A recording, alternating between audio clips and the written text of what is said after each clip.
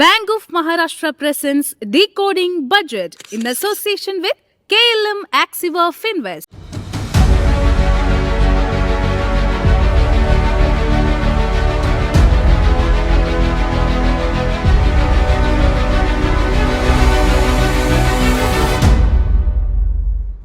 Budget ദിന പ്രത്യേക പരിപാടിയിലേക്ക് സ്വാഗതം.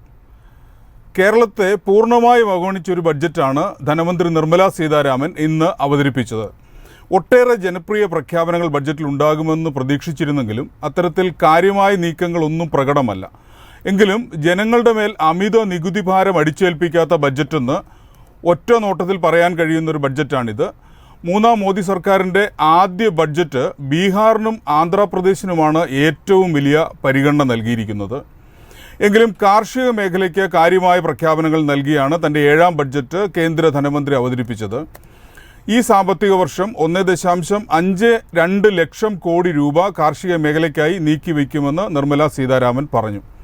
ബഡ്ജറ്റിൻ്റെ വിശകലന പരിപാടിയിലേക്കാണ് കടക്കുന്നത്. ഈ പരിപാടിയിൽ എന്നോടൊപ്പം സ്റ്റുഡിയോയിൽ റിട്ടയർഡ് IAS ഓഫീസറും മുൻ തമിഴ്നാട് ചീഫ് സെക്രട്ടറിയുമായ ശ്രീ PC ശ്രീയക്കുണ്ട്, സാമ്പത്തിക ബാങ്കിംഗ് വിദഗ്ധൻ ശ്രീ S ആദികേശവൻ, വ്യവസായ വകുപ്പ് മുൻ deputy secretary Shri TS Chandran, Federal Bank മുൻ executive vice president KA Babu, Gulati institute associate professor Anitha Kumari, GST എക്സ്പേർട്ടായ advocate Hariharan, chartered accountant Jomon George എന്നിവരും ചർച്ചയിൽ ചേരും. ശ്രീ PC ശ്രീയക്ക്, കാർഷിക മേഖലയ്ക്ക് കാര്യമായ പ്രഖ്യാപനങ്ങൾ ബഡ്ജറ്റിൽ ഉണ്ടായിട്ടുണ്ട്. ഇത് കാർഷിക മേഖലയുടെ പ്രശ്നങ്ങൾക്ക് താൽക്കാലികമായെങ്കിലും പരിഹാരമാകുമെന്ന് കരുതുന്നുണ്ടോ? അത് ഒരുപാട് നല്ല പ്രഖ്യാപനങ്ങൾ നടത്തിയിട്ടുണ്ട്. ഉദാഹരണമായിട്ട് തുടങ്ങിയത് തന്നെ ഗവേഷണ മേഖല ശക്തിപ്പെടുത്തും. അങ്ങനെ അത്യുൽപാദന ശേഷിയുള്ള പ്ലാന്റിംഗ് മെറ്റീരിയൽസ് എല്ലാം ഡെവലപ്പ് ചെയ്യും. അങ്ങനെ ഏതാണ്ട് അനേകം കർഷകർക്ക് ഉൽപാദനക്ഷമത വർദ്ധിപ്പിച്ച് വരുമാനം നേടാനുള്ള സൗകര്യം ഉണ്ടാക്കും. അതുപോലെ തന്നെ അവർക്ക് അവരുടെ ഉൽപ്പന്നങ്ങൾ സംഭരിച്ചു വെക്കാനോ വിപണിയിലേക്ക് ട്രാൻസ്പോർട്ട് ചെയ്യാനും അല്ലെങ്കിൽ മൂല്യവർദ്ധിത ഉൽപ്പന്നങ്ങളാക്കി മാറ്റിയെടുത്തുള്ള സംസ്കരണ നടപടികൾക്കും ഇതിനെല്ലാം വേണ്ട സഹായം ചെയ്യുമെന്നെല്ലാം വളരെ സന്തോഷകരമായ പ്രഖ്യാപനമാണ് നടത്തിയത്. പിന്നെ അതിന് പുറമെ പറഞ്ഞിരുന്നു ഏതാണ്ട് 1 ലക്ഷം കർഷകരെ ജൈവ കൃഷിയിലേക്ക് നയിക്കും, നാച്ചുറൽ ഫാമിങ്ങിലേക്ക് നയിക്കുമെന്നും അവർ പറഞ്ഞിരുന്നു, മന്ത്രി പറഞ്ഞിരുന്നു. പക്ഷേ ഇതെല്ലാം പ്രായോഗികമായി നടപ്പിലാക്കുവാൻ സാധിക്കുമോ?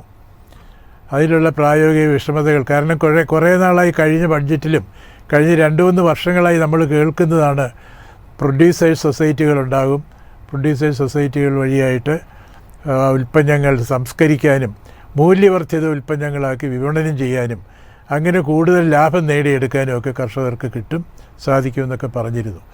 എങ്കിലും കാർഷിക മേഖല പൊതുവെ അസ്വസ്ഥമാണ് കഴിഞ്ഞ 2-3 വർഷമായിട്ട്.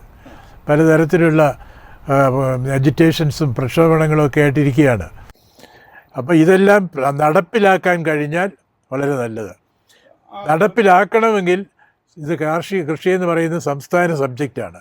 നടപ്പിലാക്കണമെങ്കിൽ സംസ്ഥാന സർക്കാരുകളുടെ പരിപൂർണമായ സഹകരണം ഇവർക്ക് വേണം. ആ പരിപൂർണമായ സഹകരണം കിട്ടാനും അങ്ങനെ സംസ്ഥാന സർക്കാരുകൾക്ക് നിങ്ങൾക്ക് ഇത്ര രൂപ വീതം തരും എന്നൊരു അവരുടെ ആത്മവിശ്വാസം മെച്ചപ്പെടുത്താനുള്ള ഒരു നടപടിയും കഴിഞ്ഞ 1-2 കൊല്ലം ഉണ്ടായില്ല. പകരം സംസ്ഥാന മുഖ്യമന്ത്രിമാരെ അറസ്റ്റ് ചെയ്യാനും ആ രീതിയിലേക്കാണ് പോയത്. അപ്പോൾ ഒരു ഡബിൾ എഞ്ചിൻ സർക്കാർ, ഞങ്ങളുടെ തന്നെ സർക്കാരാണെങ്കിൽ പുരോഗതി വരും എന്ന രീതിയിലുള്ള ഒരു നിലപാടായിരുന്നു ഇത്രയും നാൾ എടുത്തിരുന്നത്. ആ രാഷ്ട്രീയ നിലപാടിന് മാറ്റമുണ്ടെങ്കിൽ ഉണ്ടാക്കാൻ അവർക്ക് സാധിച്ചാൽ വിജയമാകും. നല്ല കാര്യം. കേരളത്തിൻ്റെ കാർഷിക മേഖലയ്ക്ക് ഈ ബഡ്ജറ്റ് ഏതെങ്കിലും തരത്തിൽ പ്രയോജനം ചെയ്യുന്നുണ്ടോ? കേരളത്തിൽ വിശേഷിച്ച കാര്യമായിട്ടൊന്നും പറയുന്നില്ല. കേരളത്തിൻ്റെ ഏറ്റവും വലിയ കൃഷി എന്ന് പറയുന്നത് ഇവിടെ നെൽകൃഷി തകർന്നു കിടക്കുകയാണ്. അതിന് മിനിമം സപ്പോർട്ട് പ്രൈസ് കേരള സർക്കാരിൻ്റെ പിടിപ്പുകേട് കൊണ്ട് തന്നെ മിനിമം സപ്പോർട്ട് പ്രൈസ് പോലും കൃഷിക്കാർക്ക് കിട്ടാത്ത സ്ഥിതിയാണ് നെല്ലിനെ സംബന്ധിച്ചിടത്തോളം. റബ്ബറിൻ്റെ കാര്യത്തിലാണെങ്കിൽ ആ കഴിഞ്ഞ 10 കൊല്ലമായിട്ട് BJP സർക്കാർ അധികാരത്തിൽ വന്നപ്പോൾ മുതൽ ഇവർക്ക് അധോഗതിയാണ്, വില കുറവാണ്. ഈ കഴിഞ്ഞ ഒരു മാസമായിട്ട് 1-2 മാസമായിട്ട് 5-6 ആഴ്ചകളായിട്ട് വിദേശ വിപണിയിൽ റബ്ബർ ഷീറ്റിൻ്റെ ക്ഷാമം നേരിടുകയും അതിൻ്റെ ഫലമായിട്ട് ഇവിടെ വില അല്പം മെച്ചപ്പെടുകയും ചെയ്തു. പക്ഷേ ഇവിടെയും ഈ ബഡ്ജറ്റിൽ ഏതാണ്ട് 250 രൂപ മിനിമം സപ്പോർട്ട് പ്രൈസ് എന്നൊക്കെ പ്രതീക്ഷിച്ചുകൊണ്ടാണ് ഇരുന്നത്. യാതൊന്നും ഉണ്ടായില്ല, അതൊന്നും ഉണ്ടാകാൻ പോകുന്നില്ല. പിന്നെ കേരളത്തിന് ഗുണം കിട്ടുകയില്ല എന്ന് ചോദിച്ചാൽ ഇപ്പം പറഞ്ഞല്ലോ, അത്യുൽപാദന ശേഷിയുള്ള നടീൽ വസ്തുക്കൾ വികസിപ്പിച്ചെടുക്കും നമ്മുടെ ഗവേഷണ മേഖലയിൽ, അത് കർഷകർക്ക് ലഭ്യമാക്കും. അപ്പം കേരളത്തിലെ കർഷകരും ആ വിധത്തിൽ കേരള സർക്കാരും ആ വിധത്തിൽ, ഞാൻ നേരത്തെ കേന്ദ്രത്തിൻ്റെ സഹകരണം സംസ്ഥാനങ്ങൾക്കുണ്ടായെങ്കിലേ പറ്റുള്ളൂ എന്ന് പറഞ്ഞതുപോലെ തന്നെ സംസ്ഥാനങ്ങളും ഒരു സൃഷ്ടിപരമായ രീതിയിൽ ഒരു പോസിറ്റീവ് മൈൻഡ് സെറ്റോടുകൂടി കേന്ദ്രത്തിൻ്റെ ഈ പദ്ധതികളെ സമീപിച്ച് അവരുടെ ഈ റിസർച്ചിൻ്റെ ഫലമായിട്ടുള്ള നടീൽ വസ്തുക്കളൊക്കെ നമുക്ക് മേടിച്ചെടുത്ത് ഇവിടെ നമ്മുടെ ഉൽപ്പന്നങ്ങൾക്ക്, നമ്മുടെ കർഷകർക്ക് അത് കൊടുത്ത്, ഉദാഹരണമായിട്ട് കൊക്കോ എന്നോ മറ്റ് ഫലവർഗ്ഗങ്ങളോ ഇതെല്ലാം ഇത് വിധത്തിൽ പറയും. പക്ഷെ നമ്മുടെ പ്രധാന കൃഷിയായ നെല്ലിനും തെങ്ങിനും റബ്ബറിനും, ഇത് മൂന്നിനും നിർണായകമായി എന്തെങ്കിലും ഒരു ബെനിഫിറ്റ് കിട്ടുമെന്നുള്ള സൂചനയൊന്നുമില്ല. തീർച്ചയായും ഞാൻ താങ്കളിലേക്ക് മടങ്ങി വരാം.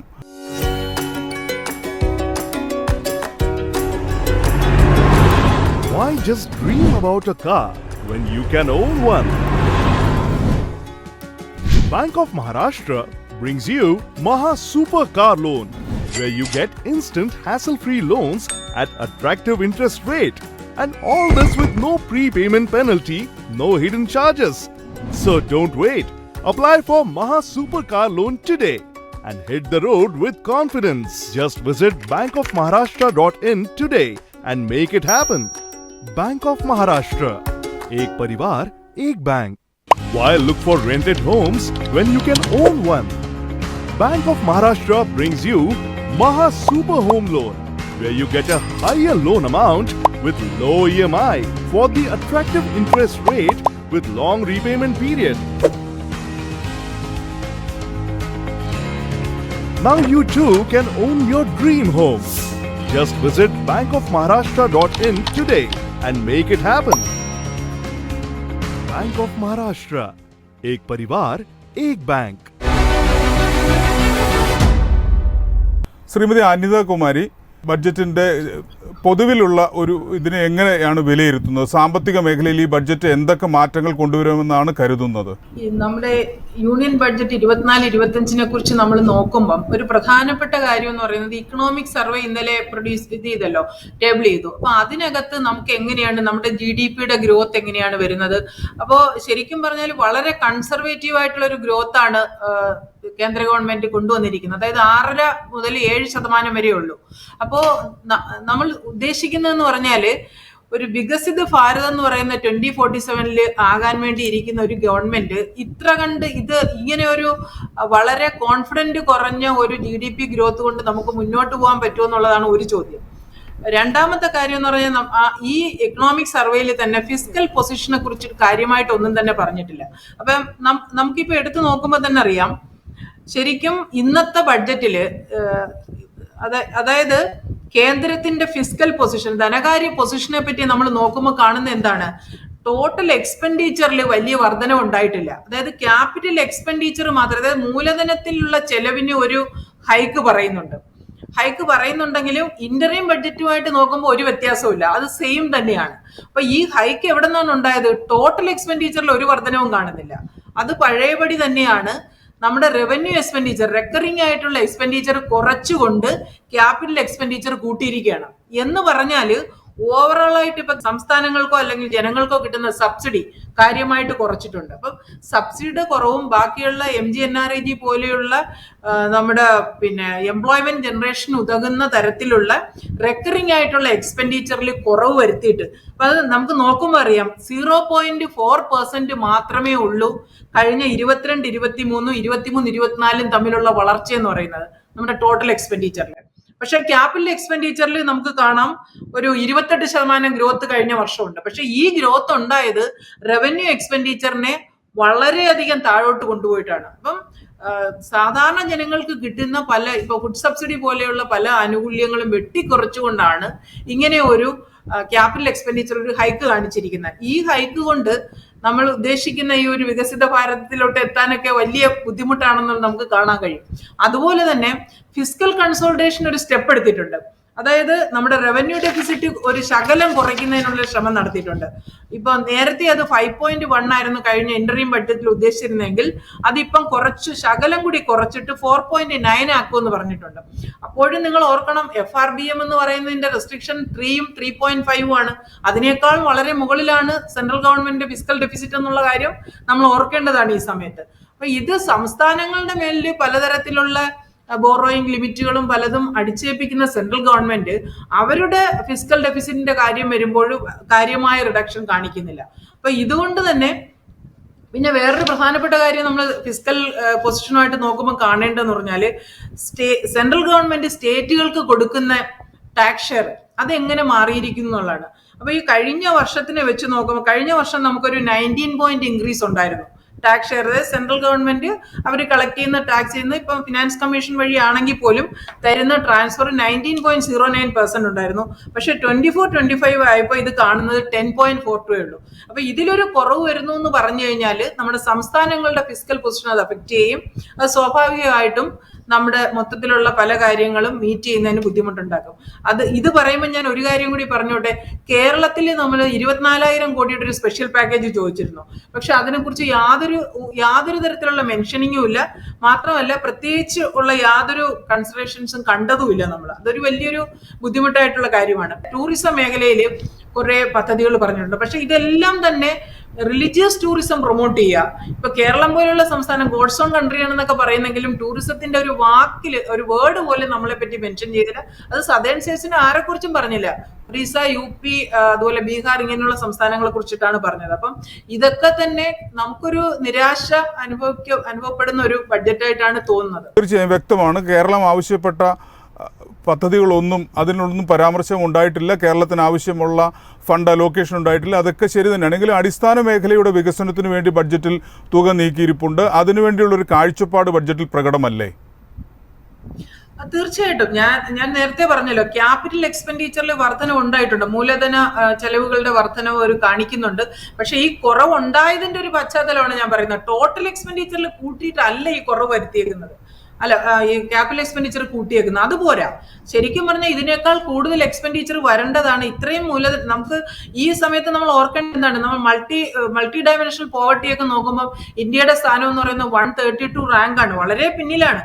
അപ്പൊ ഈ എംപ്ലോയ്മെന്റ് ജനറേഷനും ബാക്കിയുള്ള സ്കിൽ ഡെവലപ്മെന്റും ഒക്കെ ഇത്രയും മതിയോ എന്നുള്ളൊരു ചോദ്യം അവിടെ നിൽക്കുകയാണ്. ഈ കൊടുത്തേക്കുന്നത് നല്ലത് തന്നെയാണ്. ഞാൻ ഒരിക്കലും അതൊരു മോശമായ കാര്യമാണെന്നോ, മാത്രമല്ല ഇപ്പൊ ഇന്റേൺഷിപ്പിന് ഇങ്ങനെയുള്ള കാര്യത്തിലൊക്കെ ഒത്തിരി എംപ്ലോയ്മെന്റ് ജനറേഷനൊക്കെ വേണ്ടിയിട്ട് കുറെ സ്കീംസ് പുതിയതായിട്ട് കൊണ്ടുവന്നിട്ടുണ്ട്. CSS പലതും കൊണ്ടുവന്നിട്ടുണ്ട്. പക്ഷെ ഇതൊക്കെ ഉള്ളപ്പോഴും ഇത് മതിയോ എന്നുള്ളതാണ് നമ്മുടെ പ്രസക്തമായ ചോദ്യം. തീർച്ചയായും ഞാൻ താങ്കളിലേക്ക് മടങ്ങി വരാം. ശ്രീ ചന്ദ്രൻ, വ്യവസായിക മേഖലയെ ബഡ്ജറ്റ് എങ്ങനെയാണ് അഡ്രസ്സ് ചെയ്തിരിക്കുന്നത്? വ്യവസായ മേഖലയുടെ പുരോഗതിക്ക് ഉതകുന്ന ഒട്ടേറെ നടപടികൾ ഉണ്ടാകുമെന്ന് ബഡ്ജറ്റിൽ പരാമർശമുണ്ട്. അതിനെ എങ്ങനെ കാണുന്നു? ഇപ്പോൾ നമുക്കറിയാം 24-25 വർഷത്തെ ഇന്ററിം ബഡ്ജറ്റിനെയൊക്കെ ഓവർകം ചെയ്തുകൊണ്ട് സമ്പൂർണമായിട്ടുള്ള ഒരു ബഡ്ജറ്റ് പ്രസന്റ് ചെയ്തിരിക്കുകയാണ്. ഈ ബഡ്ജറ്റില് കേരളത്തിന് പ്രാദേശികമായി പ്രതീക്ഷിച്ച പലതും കിട്ടിയില്ല എന്നൊരു സങ്കടമുണ്ട്. അതുപോലെ തന്നെ സൂക്ഷ്മ ചെറുകിട വ്യവസായ മേഖലയില് കാര്യമായ ഒരു പ്രതീക്ഷ ഉണ്ടായിരുന്നുവെങ്കിലും അത്തരത്തിലുള്ള ഒരു പ്രതീക്ഷ പ്രതിഫലിച്ചതായിട്ട് കാണുന്നില്ല. ഒരു 12 പുതിയ ഇൻഡസ്ട്രിയൽ പാർക്കുകളുടെ കാര്യം പറയുന്നുണ്ട്. 2 ഇൻഡസ്ട്രിയൽ കോറിഡോറുകളും അതിന്റെ അനുബന്ധ വികസനത്തെയും കുറിച്ചും ബഡ്ജറ്റിൽ പരാമർശമുണ്ട്. അതോടൊപ്പം നമ്മൾ മുദ്രാ യോജന എന്ന് പറയുന്ന ഒരു സ്കീം, ആ സ്കീം നമുക്കറിയാം 10 ലക്ഷം രൂപ വരെ ചെറുകിട സംരംഭകർക്ക് വായ്പയായി കൊടുക്കുന്ന ചെറിയൊരു സ്കീമാണ്. ഈ ഒരു സ്കീം അത് 20 ലക്ഷം രൂപയായിട്ട് ഉയർത്തുന്നു എന്നുള്ളതാണ് ഇതിലെ ഒരു പറയാവുന്ന ഒരു കാര്യം എന്ന് പറയുന്നത്. പക്ഷെ ഇതിനെ സംബന്ധിച്ച് ഗവൺമെന്റിന് എന്ത് ബാധ്യതയാണുള്ളത്? ഇപ്പൊ 20 ലക്ഷം രൂപയായിട്ട് മുദ്രാ യോജന ഉയർത്തി കഴിഞ്ഞാൽ ഗവൺമെന്റിന് ഏതെങ്കിലും രീതിയിലുള്ള ഒരു സാമ്പത്തിക നഷ്ടം ഇതുമൂലം ഉണ്ടാകുന്നില്ല. ബാങ്കുകൾ പബ്ലിക്കിന് ലോൺ കൊടുക്കുന്നു, പബ്ലിക്കിൽ നിന്നും ലോൺ തിരിച്ചു പിടിക്കുന്നു. അവിടെ ഗവൺമെന്റിന്റെ 1 രൂപയുടെ ഒരു സാമ്പത്തിക സഹായമോ പലിശ ഇളവോ മറ്റൊന്നും തന്നെ ഉണ്ടാകുന്നില്ല. അതുപോലെ തന്നെയാണ് MSME സെക്ടറിന് ഇപ്പൊ എടുത്തു പറഞ്ഞ ഒരു കാര്യം ക്രെഡിറ്റ് ഗ്യാരണ്ടി കൊടുക്കുന്നു എന്നുള്ളതാണ്. അതെ. ആക്ച്വലി 2023 ഏപ്രിൽ 1 മുതൽ ഇന്ത്യയിൽ നിലനിൽക്കുന്ന ക്രെഡിറ്റ് ഗ്യാരണ്ടി സംവിധാനം എന്ന് പറയുന്നത് തന്നെയാണത്. ഈ ഏപ്രിൽ 1 മുതൽ 5 കോടി രൂപ വരെ ചെറുകിട സംരംഭകർക്ക് ക്രെഡിറ്റ് ഗ്യാരണ്ടി വ്യവസ്ഥയിൽ വായ്പ കൊടുക്കാൻ ഇപ്പോൾ ഓൾറെഡി ഒരു പ്രൊവിഷൻ ഉണ്ട്. അപ്പൊ അതിനെ ഓവർകം ചെയ്തുകൊണ്ടുള്ള മറ്റെന്തെങ്കിലും ഒരു ആനുകൂല്യം ഈ മേഖലയ്ക്ക് ഉള്ളതായി തോന്നുന്നില്ല. ചെറുകിട വ്യവസായികൾക്ക് വേണ്ടി, ഇടത്തരം വ്യവസായികൾക്ക് വേണ്ടിയിട്ടൊക്കെ ഉള്ള നടപടികൾ ബഡ്ജറ്റിൽ ഉണ്ടായിട്ടുണ്ടല്ലോ. TDS വരുന്ന മാറ്റങ്ങൾ അത് അവർക്ക് പ്രയോജനമുള്ളതല്ലേ? അല്ല, അത് അത്തരത്തിൽ ഇൻഡയറക്റ്റ് ആയിട്ടുള്ള കുറെ കാര്യങ്ങൾ അതിൽ വരുന്നുണ്ട്, അത് ശരിയാണ്. അതുപോലെ തന്നെ അഡീഷണൽ എംപ്ലോയ്മെന്റ് ക്രിയേഷന് സർക്കാർ കൊടുക്കുന്ന പ്രോത്സാഹനം, ഒരു മാസത്തെ ശമ്പളം കൃത്യമായി കൊടുക്കുമെന്നുള്ള പ്രഖ്യാപനം, അതുപോലെ തന്നെ അഡീഷണൽ ആയിട്ട് ക്രിയേറ്റ് ചെയ്യപ്പെടുന്ന എംപ്ലോയ്മെന്റ്, ആ ഒരു എംപ്ലോയ്മെന്റിന് അടയ്ക്കേണ്ടി വരുന്ന PF വിഹിതത്തിന്റെ കോൺട്രിബ്യൂഷൻ, ഇതൊക്കെ അങ്ങനെ കുറെ ബെനിഫിറ്റ്, കുറച്ച് കാര്യങ്ങൾ അതിനകത്തുണ്ട്. പക്ഷെ ഈ PF കോൺട്രിബ്യൂഷൻ എന്നൊക്കെ പറയുന്നത് നേരത്തെയും ബഡ്ജറ്റിൽ ഉണ്ടായിരുന്നതാണ്. അത് 3 വർഷത്തേക്കൊക്കെയാണ് ഉണ്ടായിരുന്നത്. ഇപ്പൊ വീണ്ടും അത് കൂട്ടിയിരിക്കുന്നു, അല്ലെങ്കിൽ അതിന്റെ പീരീഡ് എക്സ്റ്റെൻഡ് ചെയ്തിരിക്കുന്നു എന്ന് മാത്രമാണ് അതിലുള്ളത്. ഇപ്പൊ ചെറുകിട വ്യവസായികൾ പ്രതീക്ഷിക്കുന്ന കുറച്ച് കാര്യങ്ങളുണ്ട്. ഉദാഹരണമായിട്ട് അവരെടുക്കുന്ന വായ്പയ്ക്ക് സെൻട്രൽ ഗവൺമെന്റിന്റെ ഒരു സപ്പോർട്ട് എന്ന് പറഞ്ഞാൽ ഒരു ഇൻട്രസ്റ്റ് സബ്വെൻഷൻ എങ്കിലും ലഭിക്കുകയാണ് എങ്കിൽ കൂടുതൽ ഫണ്ട് ഫ്ലോ ഈ സൂക്ഷ്മ ചെറുകിട വ്യവസായ മേഖലയിലേക്ക് ഉണ്ടാകും. അത്തരത്തിലുള്ള യാതൊരു നീക്കവും ഗവൺമെന്റ് നടത്തിയിട്ടില്ല യഥാർത്ഥത്തില്. അതുപോലെ ഈ എക്സ്പോർട്ട് പ്രൊമോഷന് വേണ്ടിയിട്ടുള്ള പാക്കേജസ് ജനങ്ങൾ പ്രതീക്ഷിച്ച ഒന്നാണ്. അതും പ്രത്യേകിച്ച് SME സെക്ടറിൽ നിന്നുള്ള എക്സ്പോർട്ട് പ്രൊമോഷൻ, ഇവിടെ അതും അഡ്രസ് ചെയ്തിട്ടില്ല. അതേസമയം നമ്മുടെ വലിയൊരു എക്സ്പോർട്ട് എന്ന് പറയുന്നത് നമ്മുടെ മറൈൻ പ്രോഡക്റ്റ് ആണ്. മറൈൻ പ്രോഡക്റ്റുകളുടെ എക്സ്പോർട്ടുമായി ബന്ധപ്പെട്ടുകൊണ്ട് ഒരു ക്വാളിറ്റി അഷൂറൻസ് ഇന്റർനാഷണൽ തലത്തില് നമ്മുടെ പ്രോഡക്റ്റുകൾ ശോഭിക്കുന്നതിന് വേണ്ടിയിട്ട് ഒരു ക്വാളിറ്റി ഗ്യാരണ്ടി അല്ലെങ്കിൽ ഒരു ക്വാളിറ്റി അഷൂറൻസ് അത് കൊടുക്കുമെന്ന് പറയുന്നുണ്ട്. അതൊരു വളരെ സ്വാഗതാർഹമായിട്ടുള്ള ഒരു പ്രഖ്യാപനമാണ്. അപ്പോ വ്യവസായികള്, അതുപോലെ തന്നെ മറ്റൊന്ന് ഈ ബിൽ ഡിസ്കൗണ്ടിങ് ഫെസിലിറ്റിയെ കുറിച്ചും ഇതിൽ പറയുന്നുണ്ട്. MSMEകൾക്ക് കിട്ടാനുള്ള ബില്ലുകൾ ചെയ്തുകൊണ്ട് വായ്പ കൊടുക്കുന്നതിനുള്ള ഒരു പ്രൊവിഷൻ അതും ഇതിൽ പറയുന്നുണ്ട്. പക്ഷെ അതൊക്കെ ഓൾറെഡി എക്സിസ്റ്റിംഗ് ആയിട്ടുള്ള കാര്യങ്ങൾ തന്നെയാണ്. ഇപ്പൊ പല നോൺ ബാങ്കിങ് കമ്പനികൾ, ഇപ്പൊ കേരള ഫിനാൻഷ്യൽ കോർപ്പറേഷൻ പോലുള്ള പല കമ്പനികളും സൂക്ഷ്മ ചെറുകിട വ്യവസായങ്ങൾക്ക് അത്തരത്തിലുള്ള ഒരു ഫെസിലിറ്റി ചെയ്തു കൊടുക്കുന്നുണ്ട്. സിഡ്ബിയുടെ കീഴിൽ തന്നെയുള്ള നിരവധി ഏജൻസികൾ അത് ചെയ്തു വരുന്നുണ്ട്. അപ്പൊ അതിന് പുതുമ എന്ന് പറയാൻ ഒന്നുമില്ല. പിന്നെ പറഞ്ഞത് MSME ട്രഡീഷണൽ ഇൻഡസ്ട്രീസിന് വേണ്ടിയിട്ടുള്ള ക്ലസ്റ്റർ ഫോർമേഷൻ ആണ്. ഈ ട്രഡീഷണൽ ഇൻഡസ്ട്രീസിനെ റിവാം ചെയ്തെടുക്കുന്നതിന്, അതിന്റെ ടെക്നോളജി അപ്ഗ്രേഡ് ചെയ്തെടുക്കുന്നതിന് ഏറ്റവും നല്ലൊരു ചാനലാണ് ഈ ക്ലസ്റ്റർ എന്ന് പറയുന്നത്. 10-30 വർഷമായിട്ട് തന്നെ നമ്മൾ ഈ ട്രഡീഷണൽ ഫ്രൂട്ടി എന്ന് പറയുന്ന ട്രഡീഷണൽ ക്ലസ്റ്ററുകളെ ഫോം ചെയ്ത് അതിനെ ഡെവലപ്പ് ചെയ്ത് അതിന് 95% വരെ സർക്കാർ ഗ്രാന്റ് കൊടുത്ത് ചെയ്തു വരുന്ന ആ ഒരു സ്കീം ഇപ്പോഴും നിലനിൽക്കുന്നുണ്ട് എന്നുള്ളതാണ് യാഥാർത്ഥ്യം. ഈ സ്ട്രീറ്റ് വെൻഡേഴ്സിന്റെ കാര്യമാണ് മറ്റൊന്ന്. അതും കഴിഞ്ഞ ബജറ്റിലൊക്കെ പറഞ്ഞു പോയ കാര്യങ്ങളാണ്. അപ്പൊ അവർക്കാണെങ്കിലും ശരി, ഏതെങ്കിലും രീതിയിലുള്ള ഒരു ക്രിയാത്മകമായിട്ടുള്ള ഒരു സാമ്പത്തിക പാക്കേജ് ഉൾപ്പെടുന്ന ഒരു കാര്യം ഈ ബഡ്ജറ്റിൽ പുതുതായിട്ട് ചൂണ്ടിക്കാണിക്കാനില്ല എന്നുള്ളതാണ് എനിക്ക് തോന്നിയിട്ടുള്ള. താങ്കളിലേക്ക് മടങ്ങി വരാം. ശ്രീ PC സിറിയക്, ശ്രീ ചന്ദ്രൻ പറഞ്ഞതുപോലെ കാർഷിക മേഖലയ്ക്ക് കാര്യമായ പ്രഖ്യാപനങ്ങൾ ഉണ്ടായിട്ടില്ല എന്ന് പറയുന്നത് പോലെ തന്നെ ചെറുകിട ബിസിനസ്സുകാരെയും കാര്യമായ രീതിയിൽ അവർക്ക് പ്രോത്സാഹനകരമാകുന്ന ഒന്നും തന്നെ ബഡ്ജറ്റിലില്ല എന്നാണ് ഇപ്പം ശ്രീ ചന്ദ്രൻ പറയുന്നത്. എങ്ങനെയാണ് അതിനെ വിലയിരുത്തുന്നത്? ഒരുപാട് പദ്ധതികൾ പറയുന്നുണ്ട്. ക്രെഡിറ്റ് ഗ്യാരണ്ടിയാണ് അദ്ദേഹം ചൂണ്ടിക്കാണിച്ച മറ്റൊരു കാര്യം. ഇത് പലതും പ്രായോഗിക തലത്തിൽ വേണ്ട വിധത്തിൽ നടക്കുന്നുണ്ടോ, ബാങ്കുകളുടെ സഹകരണം കിട്ടുന്നുണ്ടോ, ഇതൊക്കെ ക്വസ്റ്റ്യൻ മാർക്സ് ആണ്. അതുകൊണ്ട് തീർച്ചയായിട്ടും എൻ്റെ വിചാരം, നമ്മളൊന്നും കിട്ടിയില്ല എന്ന് പറയുന്നതിൽ അർത്ഥമില്ല. കുറേ നല്ല കാര്യങ്ങൾ പ്രഖ്യാപനം വന്നിട്ടുണ്ട്. ഈ കാര്യങ്ങളൊക്കെ എങ്ങനെ നമുക്ക് അനുകൂലമായ വിധത്തിൽ നടപ്പിലാക്കി എടുക്കാൻ പറ്റും എന്ന രീതിയിൽ നമ്മൾ ശ്രമിക്കുക. ബാങ്കുകളുടെ സഹകരണം വേണം, സംസ്ഥാന സർക്കാർ ഉത്സാഹം കാണിക്കണം. സ്മോൾ ഇൻഡസ്ട്രീസ് ഡെവലപ്മെൻറ്റ് കോർപ്പറേഷൻ എന്നൊക്കെ പറഞ്ഞ് ഓരോ സംസ്ഥാനത്തും കോർപ്പറേഷനുകളുണ്ട്, അവർ താല്പര്യം കാണിക്കണം. ഇങ്ങനെ എല്ലാവരും ഒന്നിച്ച് സഹകരിച്ച് പ്രവർത്തിക്കുന്ന ഒരു സാഹചര്യം ഉണ്ടായിക്കഴിഞ്ഞാൽ കുറേയൊക്കെ ബെനിഫിറ്റ് കിട്ടിയേക്കും എന്നാണ് ഞാൻ വിശ്വസിക്കുന്നത്.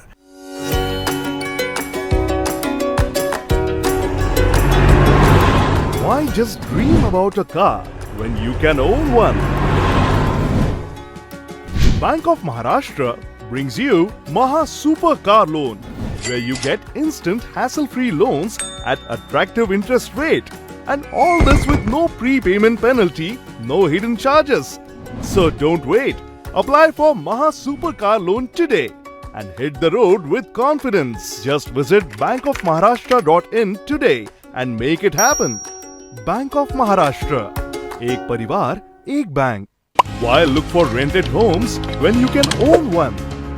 Bank of Maharashtra brings you Maha Super Home Loan, where you get a higher loan amount with low EMI for the attractive interest rate with long repayment period. Now you too can own your dream home. Just visit bankofmaharashtra.in today and make it happen. Bank of Maharashtra. Ek parivar, ek bank.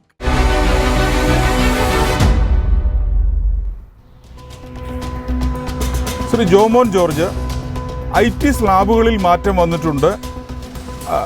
IT സാധാരണക്കാർക്ക് പ്രയോജനപ്രദമാകുന്ന തരത്തിൽ, ശമ്പളം വാങ്ങുന്നവർക്ക് പ്രയോജനം വരുന്ന തരത്തിൽ ITയുടെ സ്ലാബുകളിൽ മാറ്റം വരുത്തിയിട്ടുണ്ട്. ഇത് എങ്ങനെ കാണുന്നു? ഇത് ഇലക്ഷൻ കഴിഞ്ഞിട്ടുള്ള ഒരു ബഡ്ജറ്റ് എന്നുള്ളതുകൊണ്ട് തന്നെ ഒരുപാട് പോപ്പുലിസ്റ്റ് മെഷേഴ്സ് വരുമെന്നാരും പ്രതീക്ഷിച്ചിരുന്നില്ല. ഇപ്പൊ പ്രതിപക്ഷം പറയുന്നതും അതിൽ കാര്യമായിട്ടൊന്നും ബഡ്ജറ്റിൽ ഒന്നും ചെയ്തിട്ടില്ല, എക്സ്പെക്ടേഷൻസും ഇല്ലായിരുന്നു എന്നാണ്.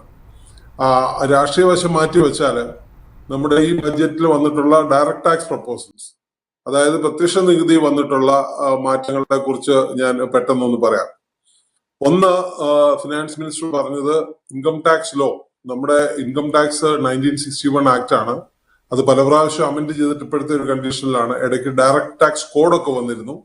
എങ്കിലും ആ കോഡ് വന്നെങ്കിലും ഇപ്പൊ അതിന് സമഗ്രമായിട്ടുള്ള ഒരു മാറ്റം 6 മാസം കൊണ്ട് ഒരു പൊളിച്ചെഴുത്ത് ഉണ്ടാവും എന്നാണ് പറഞ്ഞിരിക്കുന്നത്. അതിൽ എന്തൊക്കെയാണ് കാര്യങ്ങൾ വരാനിരിക്കുന്നത് എന്നുള്ളത് ഈ ഫൈൻ പ്രിന്റ് വായിച്ചാലേ നമുക്ക് അറിയാൻ പറ്റുള്ളൂ. അതിന്റെ വിശദാംശങ്ങൾ കുറച്ച് കഴിഞ്ഞിട്ടേ അത് വ്യക്തമായിട്ട് വരികയുള്ളൂ. സാധാരണക്കാരനെ സംബന്ധിച്ച് ഈ ന്യൂ സ്കീം എന്ന് പറയുന്നതാണ് ഇപ്പം ദ ഫ്യൂച്ചറിസ്റ്റിക് സ്കീം എന്ന് പറയുന്ന ഇൻകം ടാക്സിലെ സ്ലാബ്സിന്റെ. അപ്പം വ്യക്തികളെ സംബന്ധിച്ചിടത്തോളം 3 ലക്ഷം വരെ ടാക്സ് ഇല്ല, അതിന് മാറ്റമില്ല. 3 to 7 lakhs 5%, അത് നേരത്തെ 3 to 6 lakhs ആയിരുന്നു.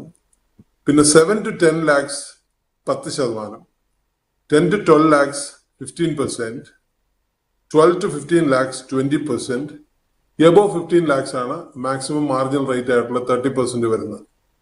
അപ്പൊ ഇതില് ഫിനാൻസ് മിനിസ്റ്റർ സ്പീച്ചിൽ പറഞ്ഞത് ഇങ്ങനെ വന്നു കഴിയുമ്പോഴത്തേക്കും 17,500 രൂപ എല്ലാ വർഷവും 17,500 രൂപയുടെ ഒരു കുറവ് ഈ സ്കീം പഴയ വെച്ച് നോക്കുമ്പോൾ റേറ്റിന്റെ ഇതിൽ 17,500 രൂപയുടെ ഒരു കുറവ് വരുന്നുണ്ട്. അതാണ് ടാക്സ് റേറ്റ്സിലുള്ള വ്യത്യാസം. ശ്രീ ജോമോൻ, ടാക്സ് റേറ്റ്സിൽ ഈ വരുന്ന വ്യത്യാസവും നേരിട്ട് നികുതി ഭാരമൊന്നും അടിച്ചേൽപ്പിക്കാത്തൊരു ബഡ്ജറ്റാണ് ധനമന്ത്രി അവതരിപ്പിച്ചിരിക്കുന്നത്. എങ്കിൽ തന്നെ ഈ ടാക്സിൽ വരുന്ന മാറ്റം കൃത്യമായിട്ട് ശമ്പളം വാങ്ങുന്നവരുടെയും ചെറുകിട വ്യവസായികളുടെയും ബിസിനസ്സുകാർക്കും പ്രയോജനമുള്ള ഒരു നീക്കമായിട്ടാണോ ഇതിനെ വിലയിരുത്തുന്നത്? ഈ ടാക്സ് റേറ്റ്സിലുള്ള സ്ലാബ് മാറ്റിയതുകൊണ്ട് ടാക്സ് റേറ്റ്സ് സെയിം ആണ്. പക്ഷെ സ്ലാബ് മാറ്റി 3 to 7 lakhs ആക്കി. 3 to 6 ആയിരുന്നത് 6 to 9 ആയിരുന്നത് 7 to 10 lakhs ആക്കി.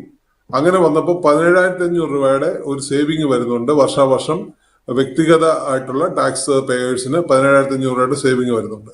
ഇപ്പോൾ ഒരു 15 ലക്ഷം രൂപ സാലറി ഉള്ള ഒരാൾ, 1 ലക്ഷം രൂപ പെർ മന്ത് സാലറി ഉള്ള ആൾക്കാണെങ്കിൽ വർഷത്തിൽ 17,500 രൂപയുടെ കുറവ് വരുന്നുണ്ട്. അതുപോലെ സാലറിഡ് എംപ്ലോയീസിന് സ്റ്റാൻഡേർഡ് ഡിഡക്ഷൻ ഉണ്ട് 16 സെക്ഷൻ 16 അത് 50,000 രൂപ ആയിരുന്നത് 75,000 രൂപയായിട്ട് ഉയർത്തിയിട്ടുണ്ട്. അപ്പൊ ഇത് തീർച്ചയായിട്ടും ഒരു സ്വാഗതാർഹമായ ഒരു പ്രതീക്ഷ അത്രയും വന്നില്ലെങ്കിലും കുറച്ചൊരു ചേഞ്ച് വന്നിട്ടുണ്ട് വ്യക്തിഗത ടാക്സേഷനിൽ.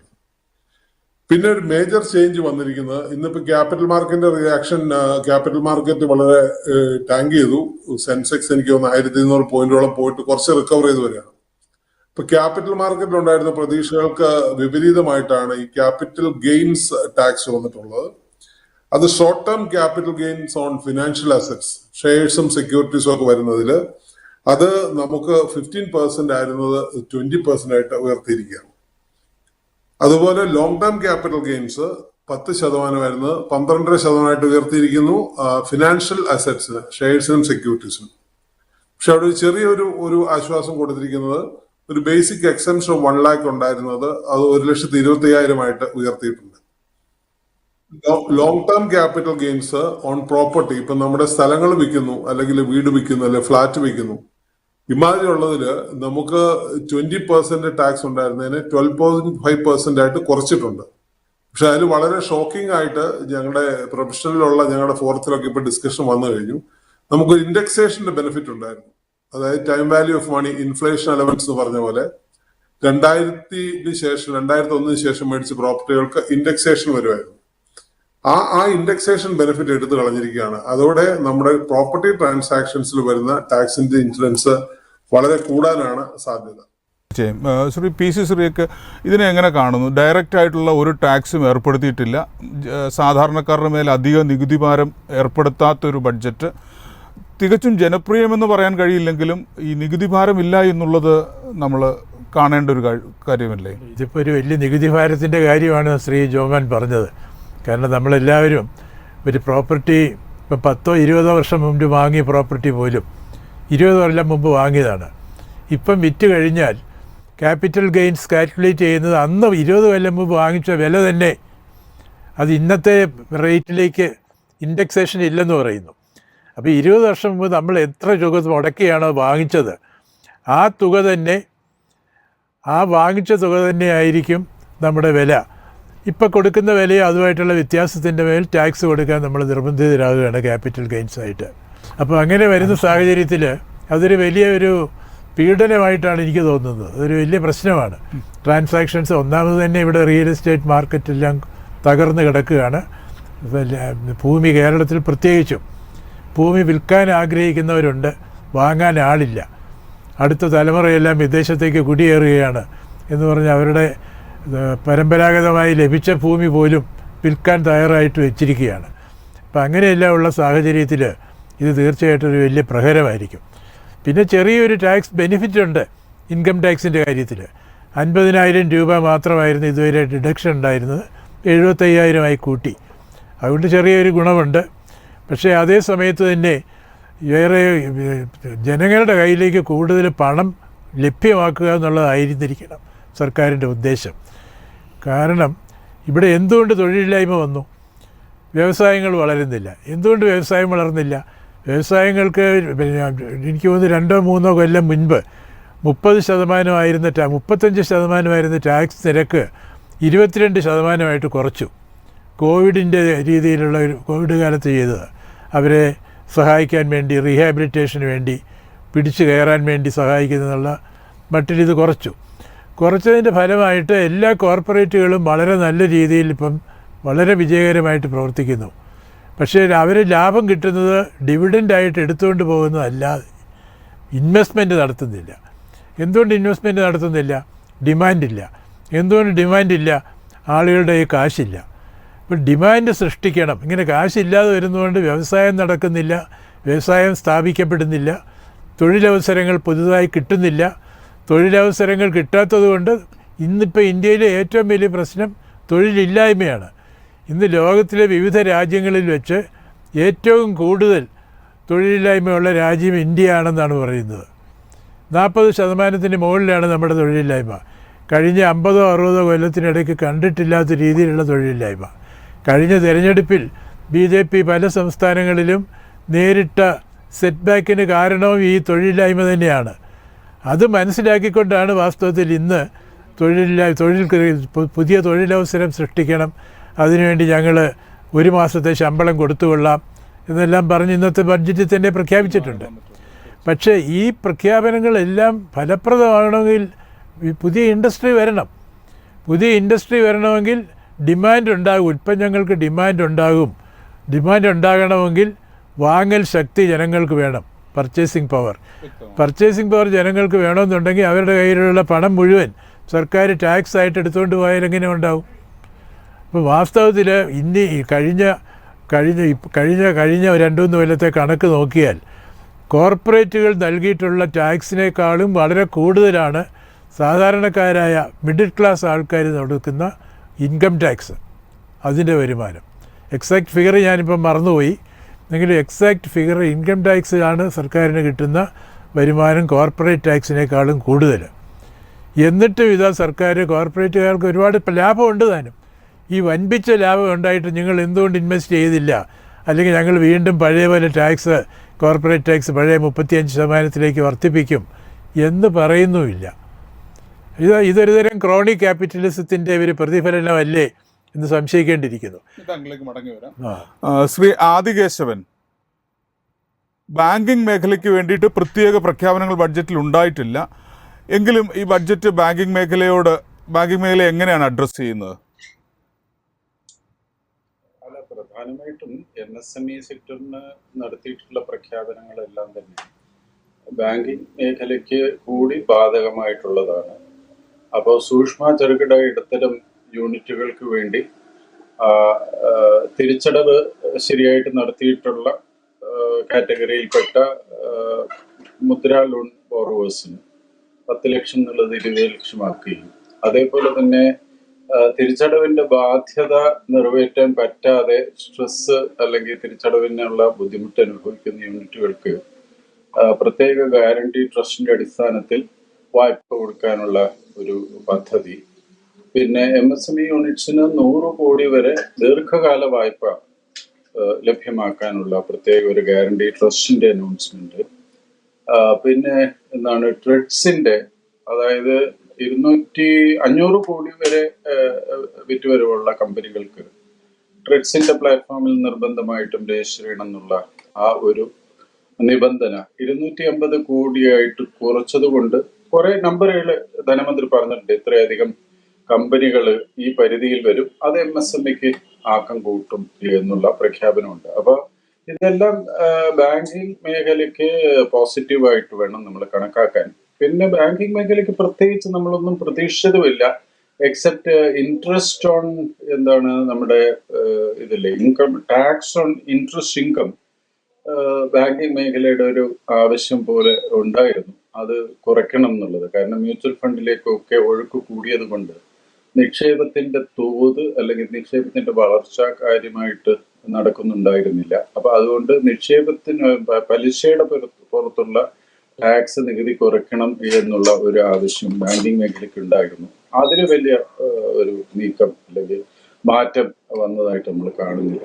അപ്പൊ മൊത്തത്തിൽ MSME സെക്ടറിനുള്ള ഈ മാറ്റം ബാങ്കിങ് മേഖലയ്ക്ക് പോസിറ്റീവാണ്. കാരണം ചെറുകിട യൂണിറ്റുകൾക്ക് കുറച്ചുകൂടി വിപുലമായിട്ട് വായ്പ കൊടുക്കാൻ സാധിക്കും. അഥവാ സ്ട്രെസ് ഉണ്ടെങ്കിൽ, അതാണ് വളരെ പ്രധാനപ്പെട്ടത്. തിരിച്ചടവിൽ എന്തെങ്കിലും ബുദ്ധിമുട്ടുണ്ടെങ്കിൽ ആ സമയത്ത് അധിക വായ്പ കൊടുക്കാനായിട്ടുള്ള ഒരു പദ്ധതിക്ക് ഗവൺമെന്റിന്റെ തന്നെ ഒരു ഗ്യാരണ്ടിയോടുകൂടി ഒരു സ്കീം കൊണ്ടുവരാനായിട്ടുള്ള അനൗൺസ്മെന്റ്. പൊതുവെ നോക്കുമ്പോൾ ഈ ബഡ്ജറ്റ് ഇന്ത്യയുടെ ഒരു സാമ്പത്തിക മേഖലയ്ക്ക് താങ്ങാകുന്ന തരത്തിലുള്ള നടപടികളാണോ, ആ തരത്തിലൊരു അപ്രോച്ചാണോ ധനമന്ത്രിയുടെ ഭാഗത്തു നിന്ന് ഉണ്ടായിരിക്കുന്നത്? അതായത് ഇതില് ഒരു തുടർച്ച കാണാം. നമ്മുടെ നേരത്തെ NDA ഗവൺമെന്റ് പ്രഖ്യാപിച്ചിട്ടുള്ള ബഡ്ജറ്റിന്റെ തുടർച്ചയായിട്ടാണ് ഈ ബഡ്ജറ്റിലുള്ള പ്രഖ്യാപനങ്ങളും വന്നിട്ടുള്ളത്. കഴിഞ്ഞ 2-3 വർഷത്തെ പ്രഖ്യാപനങ്ങളുടെ ഫലമായിട്ടാണ് എൻ്റെ വിശ്വാസം നല്ല രീതിയിലുള്ള വളർച്ച സമ്പദ്ഘടനയ്ക്ക് കൈവരിക്കുവാൻ സാധിച്ചത്. 2023-24 കാലഘട്ടത്തിലെ 8.2% വളർച്ച സമ്പദ്ഘടനയ്ക്ക് കൈവരിക്കുവാൻ സാധിച്ചു. അതിന് മുമ്പിലത്തെ വർഷം 7%, അതിന് മുമ്പിലത്തെ വർഷം 9.7% എന്നുള്ളത് ഒരുപക്ഷെ നമുക്ക് പറയാൻ സാധിക്കും കോവിഡിന്റെ കാലത്ത് താഴെ പോയിട്ടുള്ള ഒരു വളർച്ചാ നിരക്കായതുകൊണ്ട് അത് കൂടി നിൽക്കുന്നതിൽ നമുക്ക് അതിശയിക്കാനില്ല. പക്ഷെ എന്നാലും കഴിഞ്ഞ 2-3 വർഷങ്ങളായിട്ട് ശക്തമായ വളർച്ച കൈവരിക്കുന്ന വലിയ രാജ്യങ്ങളിൽപ്പെട്ട ഏറ്റവും കൂടുതൽ വളർച്ചാ നിരക്കുള്ള ഒരു രാജ്യം എന്നുള്ള പേര് സമ്പാദിക്കാനായിട്ട് സർക്കാരിന്റെ പൊതുവെയുള്ള നയങ്ങൾ അതിന് സാധ്യമാക്കിയിട്ടുണ്ട് എന്നാണ് എനിക്ക് തോന്നുന്നത്. അപ്പൊ അതിന്റെ ഒരു എന്താണ് പ്രൂഫ് എന്ന് പറയുന്നത് നമ്മുടെ വർദ്ധിച്ചു വരുന്ന നികുതി പിരിവ്.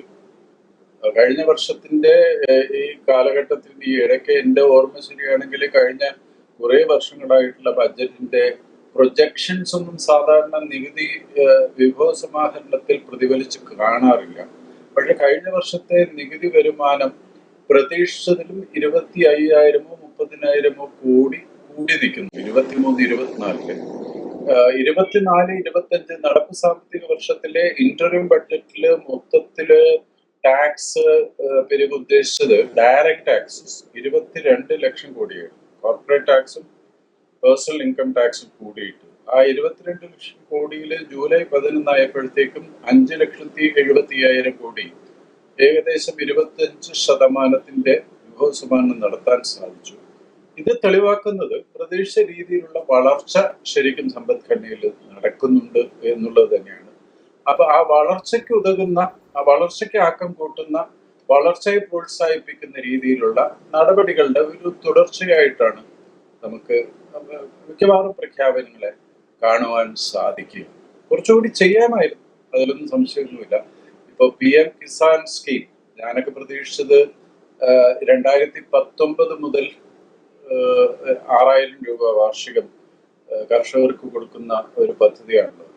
അതില് കഴിഞ്ഞ ഇന്ററിം ബഡ്ജറ്റ് സമയത്ത് തന്നെ നമ്മൾ പ്രതീക്ഷിച്ചു അതൊന്ന് ഉയർത്തിയിട്ട് 7,000-ഓ 8,000-ഓ ഒക്കെ ആക്കും.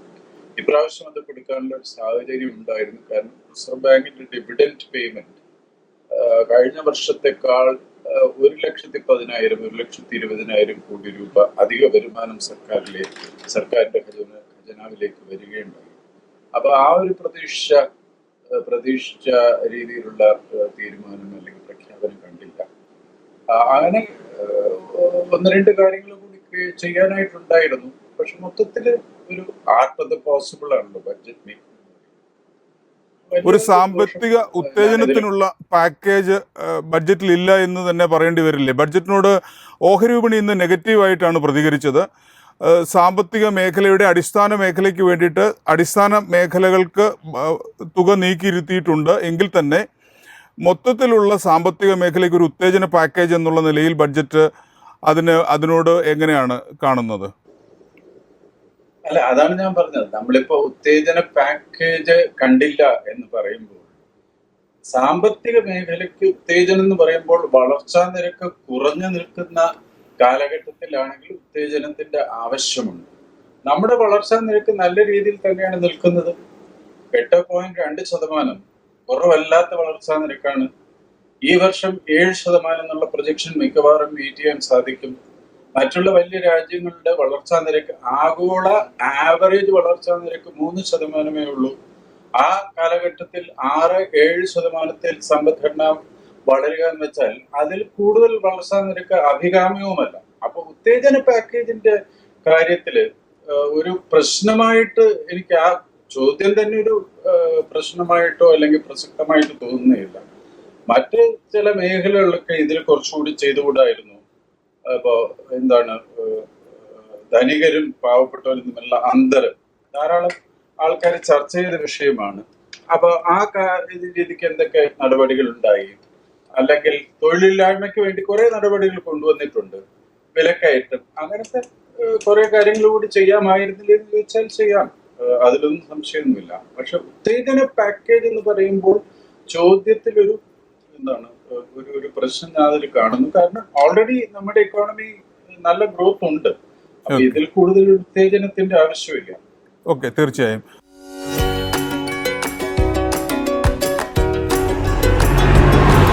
Why just dream about a car when you can own one?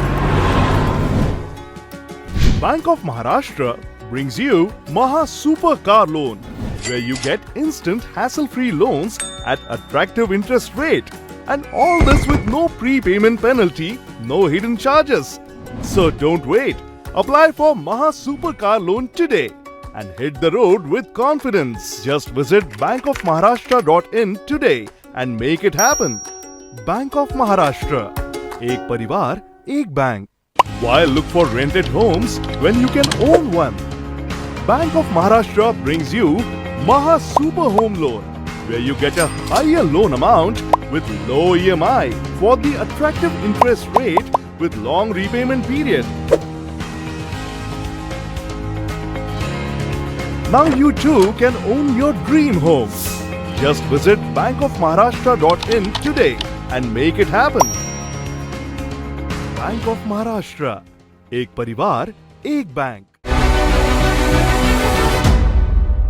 Shri Babu, അടിസ്ഥാന മേഖലയുടെ വികസനത്തിന് വേണ്ടി ബഡ്ജറ്റിൽ തുക വകയിരുത്തിയിട്ടുണ്ട്. പൊതുവെ പുരോഗമനപരമായ ഒരു അപ്രോച്ചാണ് ധനമന്ത്രിയുടെ ഭാഗത്തു നിന്നുണ്ടായത് എന്ന് പറയാൻ കഴിയുമോ? അടിസ്ഥാന വികസനത്തിന് നേരത്തെ ഇന്ററിം ബജറ്റിൽ പറഞ്ഞിരിക്കുന്ന 11.11 lakh കോടി തന്നെയാണ് ഇത്തവണയും പൂർണ്ണ ബജറ്റിലും ധനമന്ത്രി പറഞ്ഞിരിക്കുന്നത്. അതുകൊണ്ട് തന്നെ വികസന പ്രവർത്തനങ്ങൾക്കുള്ള തുക നേരത്തെ ഉണ്ടായിരുന്ന അതേ അളവിൽ തന്നെ ഇത്തവണയും പറഞ്ഞിട്ടുണ്ട് എന്നുള്ളത് ശരിയാണ്. അതേസമയം പ്രത്യേകിച്ചും അതിന്റെ ബൈഫർക്കേഷനിലേക്ക് നോക്കുമ്പോൾ, അതിന്റെ പ്രൊപ്പോർഷനിലേക്ക് നോക്കുന്ന സമയത്ത് നേരത്തെ പാനലിലുണ്ടായിരുന്ന ഫ്രണ്ട്സ് സംസാരിച്ചതുപോലെ തന്നെ അതിൻ്റെതായിട്ടുള്ള ഇംപ്ലിമെന്റേഷൻ സ്റ്റേജിലേക്ക് നോക്കുന്ന സമയത്ത് അതിൻ്റെതായിട്ടുള്ള ചലഞ്ചുണ്ട്. പ്രത്യേകിച്ചും ബാങ്ക് ക്രെഡിറ്റ് ആംഗിൾ ശ്രീ ആദികാസ്റ്റോട് ഇവിടെ സംസാരിച്ചുകൊണ്ട് ഞാൻ പ്രതീക്ഷിക്കുന്നു. ബാങ്ക് ക്രെഡിറ്റ് ആംഗിളിൽ നോക്കുമ്പോൾ ബാങ്കിന്റെ ഭാഗത്തു നിന്നുള്ള ക്രെഡിറ്റ് സപ്പോർട്ടുകൾ വലിയൊരു വെല്ലുവിളി ഉണ്ടാവാനുള്ള സാധ്യതയുണ്ട്. ഇപ്പോൾ തന്നെ ബാങ്ക് ക്രെഡിറ്റ് 16% അടുത്ത് നിൽക്കുന്ന ബാങ്ക് ക്രെഡിറ്റിന് ആ ഒരു ക്രെഡിറ്റ് റിക്വയർമെന്റ് മീറ്റ് ചെയ്യാനായിട്ട് ബാങ്കുകൾക്ക് സാധിക്കാത്ത ഒരു സാഹചര്യമുണ്ട്. അതുകൊണ്ട് ബാങ്കുകളുടെ ഭാഗത്തു നിന്നുണ്ടായിരുന്ന പ്രധാനപ്പെട്ട പ്രതീക്ഷകൾ, ഒന്ന് ബാങ്കുകളുടെ പലിശ നിരക്കിൽ വരുന്ന നികുതി ഇനത്തിലുള്ള ഇളവുകൾ ഉണ്ടാവണം, മറ്റൊന്ന് മ്യൂച്വൽ ഫണ്ടിന് കൊടുക്കുന്ന രീതിയിലുള്ള നികുതി കൺസെഷൻസ്, റിലീഫ് മെഷേഴ്സ് ബാങ്ക് ഡെപ്പോസിറ്റിന് ഉണ്ടാവണം.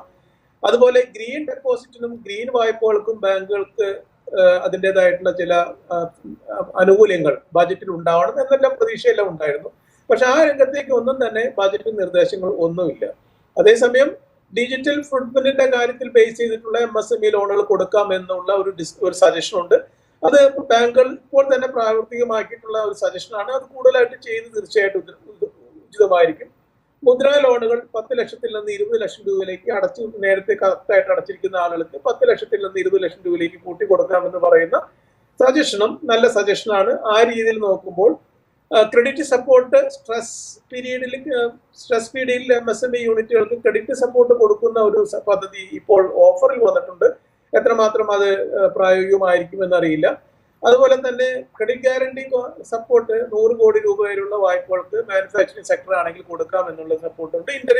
ഇന്റേൺഷിപ്പിന് സപ്പോർട്ട് കൊടുക്കാം എന്നെല്ലാം പറയുന്നുണ്ട്. PM ആവാസ് യോജനയിൽ 1 കോടി പാവപ്പെട്ടവർക്ക് വീട് കൊടുക്കാൻ 10 ലക്ഷം കോടി രൂപ അതിൽ വകയിരുത്തിയിട്ടുണ്ട്. റെന്റൽ ഹൗസിംഗ് മാർക്കറ്റുകളെ സപ്പോർട്ട് ചെയ്യുന്നുണ്ട്. ഈ രീതിയിൽ നോക്കുന്ന സമയത്ത് വിവിധങ്ങളായിട്ടുള്ള പദ്ധതികളെ കുറിച്ചുള്ള അനൗൺസ്മെന്റ് ഉണ്ടെങ്കിലും ഇതിനെയെല്ലാം ഗവൺമെന്റിന്റെ ഫണ്ടിൽ നിന്നല്ലാത്ത സ്വകാര്യ പങ്കാളിത്തത്തോടുകൂടി വ്യക്തികളുടെയും എല്ലാം കൂടെ പങ്കാളിത്തത്തോടുകൂടി ഈ വികസന പ്രവർത്തനങ്ങൾ ഒരുമിച്ച് കൊണ്ടുപോകാൻ പറ്റുന്ന രീതിയിലുള്ള ഒരു ബാങ്ക് സപ്പോർട്ടിംഗ് മെഷീനറി ഈ ബജറ്റിൽ തീർച്ചയായിട്ടും ഇല്ല എന്ന് പറയാം.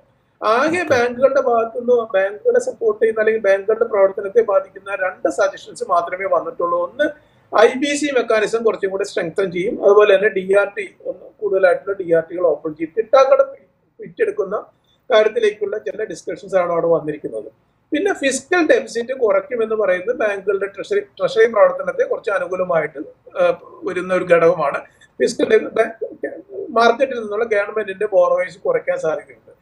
അതേസമയം ഗ്രീൻ ട്രാൻസിഷൻ, ക്ലൈമറ്റ് ഫൈനാൻസ് എന്നുള്ള ഡിസ്കഷൻസ് എല്ലാം ബജറ്റിൽ ഉണ്ടെങ്കിലും അതിനെ സപ്പോർട്ട് ചെയ്യുന്ന ഹരിത ഡെപ്പോസിറ്റുകളോ ഹരിത വായ്പകളോ സപ്പോർട്ട് ചെയ്യുന്ന ഒരു സജഷൻസും ബജറ്റിലില്ല. ബാങ്കിങ് സെക്ടറിലേക്ക് പ്രത്യേകിച്ച് സപ്പോർട്ട് ചെയ്യുന്ന പദ്ധതികളായിട്ട് ഒന്നുമില്ല. ബാങ്ക് ക്രെഡിറ്റിന്റെ സപ്പോർട്ട് വികസന പ്രവർത്തനങ്ങൾക്ക് കിട്ടാൻ ഒരു വെല്ലുവിളി ഉണ്ടാക്കുന്ന രീതിയിലേക്കുള്ള ഒരു സാഹചര്യമാണ് കാണുന്നത്. ബജറ്റിൽ അതിനനുകൂലമായിട്ടുള്ള ബാങ്കിങ് സെക്ടറിലേക്കുള്ള സപ്പോർട്ടുകളൊന്നും കാണുന്നില്ല. അതായത് ബാങ്കിന്റെ നിരക്കുകളിലൊന്നും ഈ ബഡ്ജറ്റ് ഒരു മാറ്റവും ഉണ്ടാക്കാൻ പോകുന്നില്ല എന്നാണോ പറയുന്നത്?